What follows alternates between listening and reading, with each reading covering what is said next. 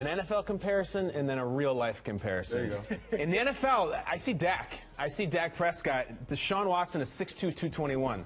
Dak Prescott is 6'2", 225. He's faster than Dak. He ran that 4.6 at the combine. And I also just see so much starting experience, a ton of experience. You know, we'll talk Trubisky in a little bit. That's the knock on him.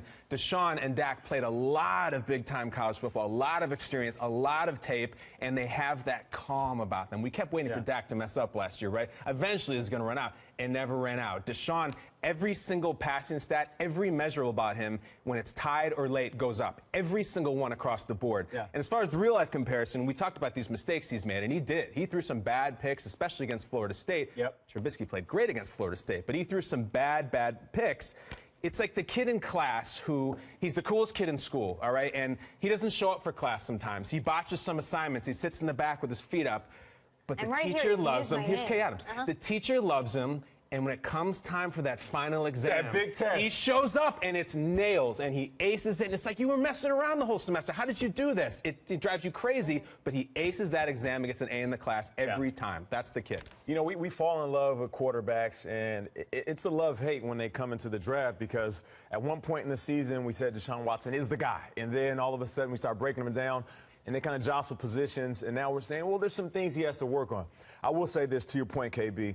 When you have a guy that has had experience at the college level in the big-time game, you don't have to teach that. And some people are sitting at home saying, hey, well, how do you teach that? You can't. We've seen guys get in the league, and the bright lights come on, that clock starts, they get hit for the first time, and all of a sudden they're a completely different player. Now, we're going to have some quarterbacks in this league. I believe we're going to have one on the show later on where the experience isn't quite there. The big games isn't quite there. So now you got to worry about teaching a young man the playbook, and also have that concern as a coaching staff and also as players. If I'm a receiver and I got a quarterback coming in and I haven't seen him play any big games in college, I don't know what he's like when the pressure gets boiling. What's going to happen? Now I'm looking in the huddle and I'm seeing the whites of his eyes. He can't get the play out. We got to call timeout. Coach got to come in and calm him down like we're in Little League. That's a big deal. So for coaches that are saying Deshaun Watson is a guy that has the experience, that's one thing you don't have to worry about. Okay, interceptions, fine. Learn the playbook, fine.